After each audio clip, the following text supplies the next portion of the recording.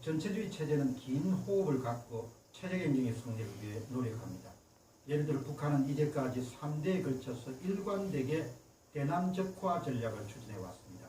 이따금 주변에는 체제 경쟁이 끝났다, 이념의 시대는 갔다 이렇게 이야기하는 사람들도 있지만 저는 그런 사람들을 두고 철이 들지 않은 사람, 지나치게 낭만적인 사람, 자신과 가족과 사회를 위협에 빠뜨릴 수 있는 사람 이렇게 판단합니다. 한국에서 본격적으로 좌파 정권이 등장하고 나서부터 수많은 정치인, 작가, 기자, 종교인, 사회시민단체 인사들이 방북했습니다. 김대중 정부 때부터 시작된 남북한 교류 및 협력 사업은 철저하게 일방적이었습니다. 남쪽 사람들이 북쪽을 가고 북쪽 사람들은 내려올 수 없었습니다. 대한민국 인사들은 수없이 북한을 방문하였지만 북한 인사들은 통제된 소수밖에 없었습니다. 첫 번째 질문은 북한의 대남 전략입니다. 북한은 김대중 정부 이전부터 간헐적으로 북한을 방문한 인사들을 철저하게 관리하기 시작했습니다. 그러니까 북한이 남한 내에 자기 사람들을 심기 위한 작전은 1990년대부터 본격화되었습니다. 그 전선을 크게 확대한 시점은 남북한 교류가 활성화되기 시작한 김대중 정부부터라고 봅니다. 지난 8월 달에 북한과 교류가 비교적 잦았던 한 정치인이 북한을 지극히 조심스럽게 나무라는 그런 글을 남겼습니다. 그러자 북한은 사정없이 그를 공개했습니다. 이번에는 설득간 혓바닥을 마구 놀려대면 구린들을 붕괴했다 막말을 쏟아냈고 이에 더해서 멍청한 짓을 하지 말아야 할 것이다 이런 경고성 발언도 되었습니다. 그러나 그 정치는 아무 말도 못했습니다. 그때 저는 남한 인사들에 대해 북한이 저렇게 함부로 대하는 이유가 있을 것이다 이렇게 생각했었습니다. 북한 문제에 대해서 남한의 주요 인사들이 필요이상으로 입을 다물고 침묵하는 이유는 무엇일까요? 때로는 지나치다 정도로 저자세로 북한을 대하는 이유는 무엇일까요? 두 번째 질문입니다. 제가 가져왔던 생각과 가설입니다. 오랫동안 이런 생각을 가져왔습니다. 첫째, 북한은 최소한 30년 이상 남한 내에 자기 사람 심기를 계속해왔다.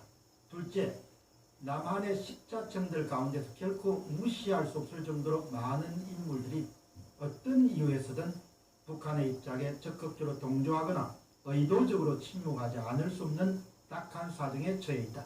셋째, 북한을 방문한 남한의 주요 인사에 대해서는 일각에서 거론되어 왔던 이른바 기범조를 이용한 씨앗 심기 작전을 북한 당국은 체계적이고 조직적이고 은밀하게 실시해 왔을 것이다.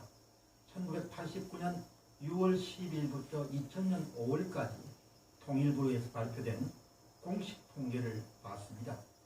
교육, 학술 분야에 154명이 건너갔습니다.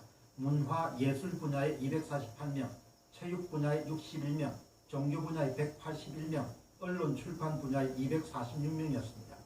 총 890명입니다. 2000년대 이후에 북한을 방문한 특히 김대중 정부 때부터 주요 인사들은 수천 명을 넘었을 겁니다. 이들 가운데 상당수가 북한의 씨앗 심기 작전의 공격 대상이 되었을 것으로 봅니다. 그렇다면 남한 내 이미 친북 입장을 적극적으로 취하거나 소극적으로 취하지 않을 수 없는 사람들이 상당히 많다는 이야기입니다. 그 분야는 특정 분야에 국한되지 않고 전 분야에 걸쳐 있을 것입니다. 오래전의 일이긴 합니다만은 김정일 치하 때 남북한 정상회담으로 방문한 인사들이 공식적인 장소에서 민족은 하나다 이렇게 들뜬 분위기에서 술잔을 마주치는 기사를 보면서 떠올랐던 생각이 있습니다. 저들이 얼큰하게 취한 다음에 만찬을 끝내고 호텔 방으로 돌아가면 무슨 일이 일어났을까? 그런 의문을 그 당시 이미 가졌습니다. 다시 생각해야 할 일입니다.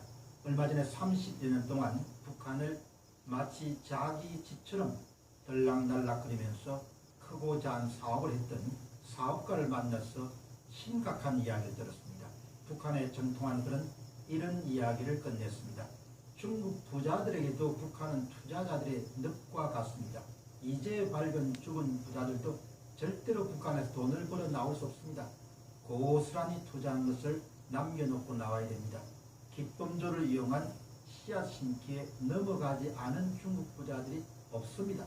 코가 꿰어버리기 때문에 북한이 하자고 하는 대로 끌려다닐 수밖에 없습니다. 그분은 또한 이런 이야기를 대했습니다. 한국도 거의 저는 넘어갔다고 보면 됩니다. 북한에 오고 간 사람치고 멀쩡한 사람이 없을 것입니다.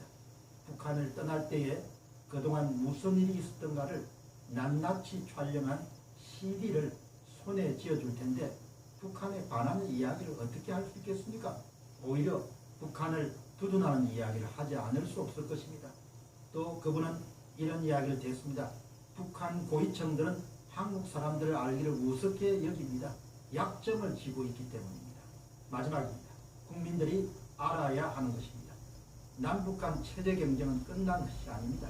대한민국은 힘겨운 싸움을 앞으로도 계속할 수밖에 없습니다.